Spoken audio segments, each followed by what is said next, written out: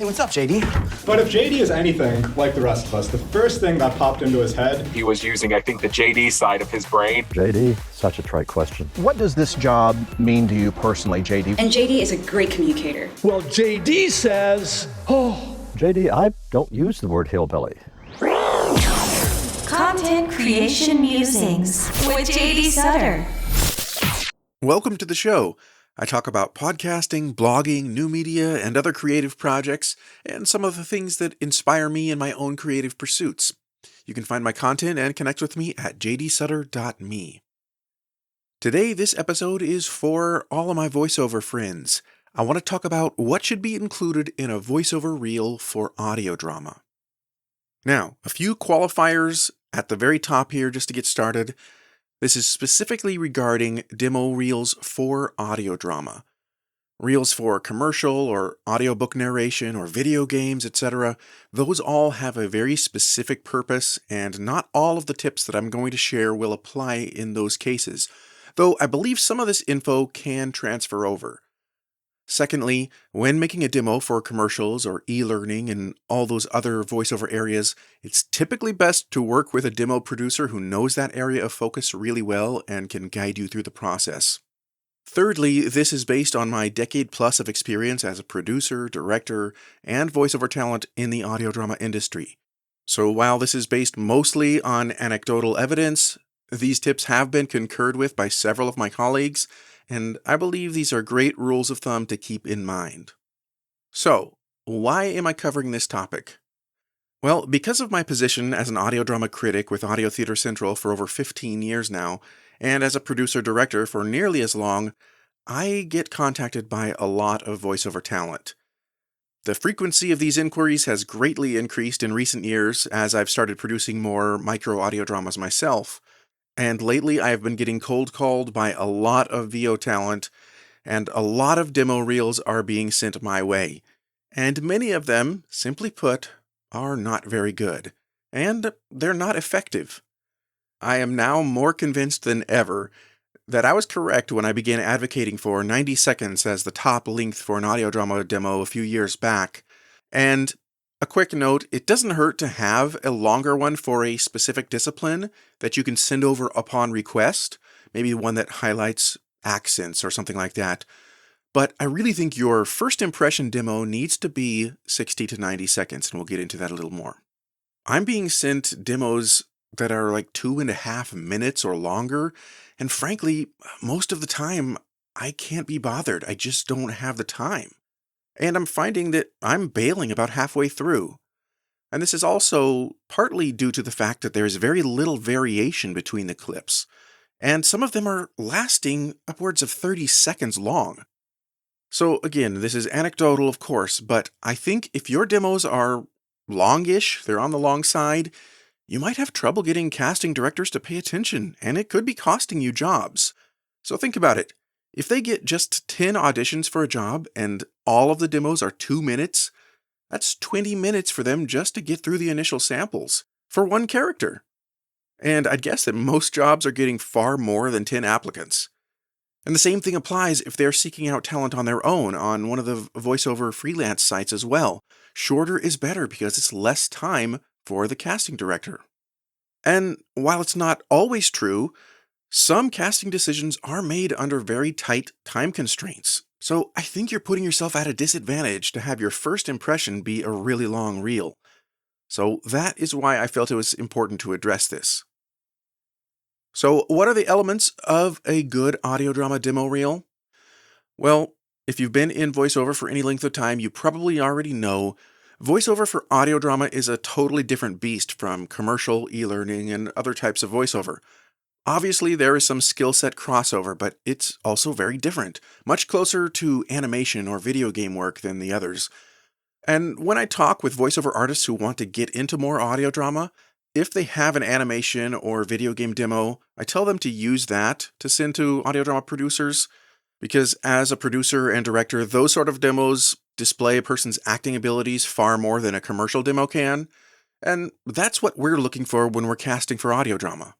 But as soon as you're able, get a reel that is specifically for voice acting for audio productions, i.e. audio drama and multi-voice or full cast audiobooks. Now, the overarching principles for an audio drama character demo are probably pretty similar to other demos, but with a few tweaks. So here are some guidelines that I always tell folks when they ask me what an audio drama demo should have. Number 1, it should be 60 to 90 seconds total length. Number 2, it should have 5 to 10 different clips. Number 3, those clips should be from 3 to 10 seconds long. Any longer is usually too much with the same character. Number 4, you should have your very best stuff and your regular voice at the top.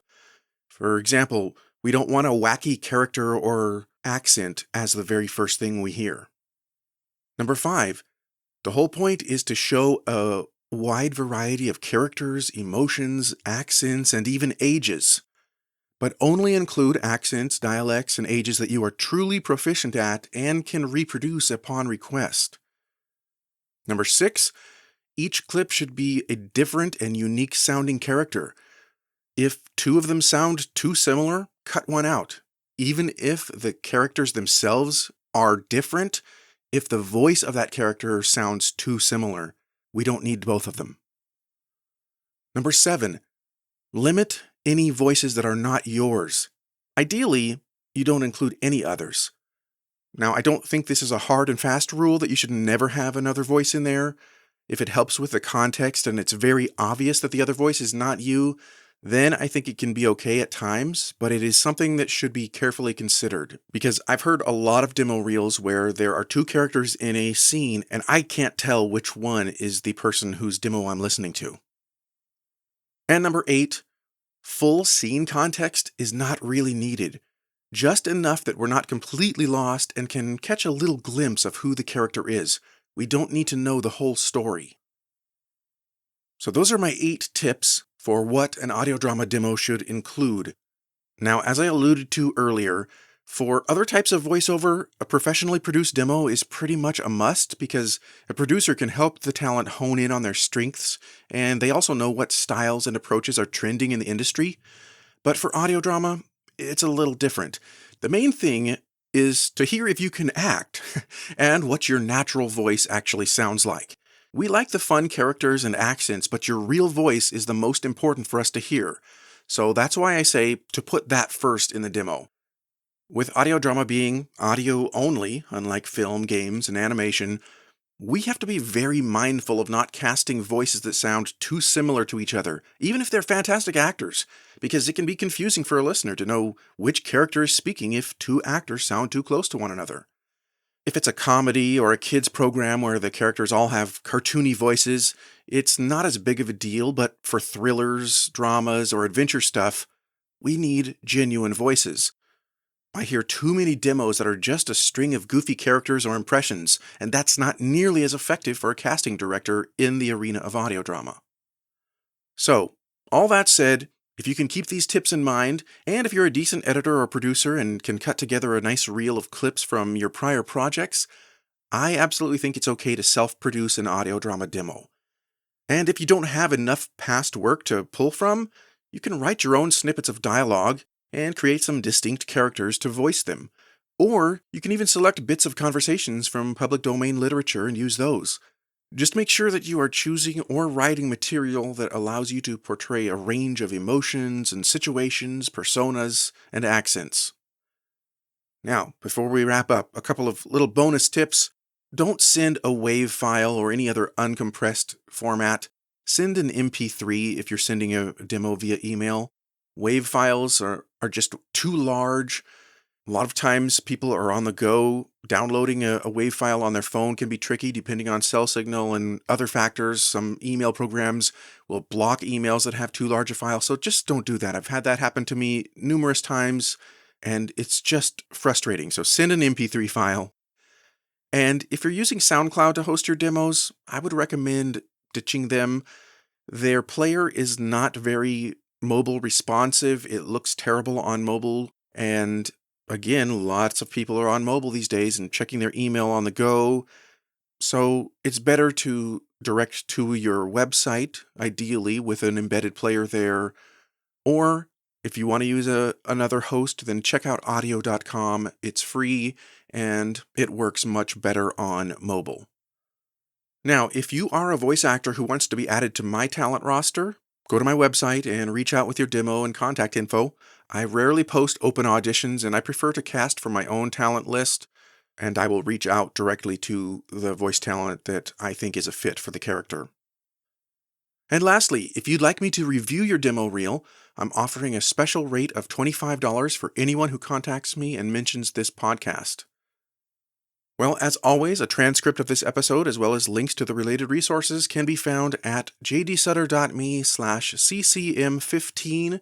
You can always send your feedback to show@jdsutter.me. I'll talk with you next time. Adios.